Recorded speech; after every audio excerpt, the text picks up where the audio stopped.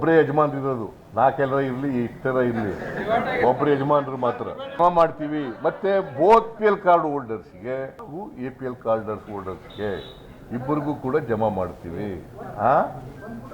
ಒಬ್ಬರೇ ಯಜಮಾನ್ರು ಇರೋದು, ನಾಲ್ಕೆಲ್ಲರ ಇರಲಿ ಇಷ್ಟರ ಇರಲಿ, ಒಬ್ಬರು ಯಜಮಾನರು ಮಾತ್ರ.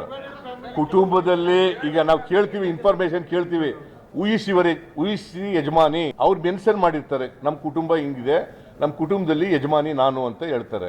ಅವ್ರು ಯಾರು ಹೇಳ್ತಾರೆ ಅವ್ರಿಗೆ ಕೊಡ್ತೀವಿ. ಈ ಗೃಹಲಕ್ಷ್ಮಿ ಕಾರ್ಯಕ್ರಮನ ಅರ್ಜಿ ಕರೆದು, ಯಾಕಂತಂದ್ರೆ ಜೂನ್ ತಿಂಗಳಲ್ಲೇ ಕೊಡಬೇಕು ಅಂತ ಅನ್ಕೊಂಡಿದ್ದು. But there are some technical problems.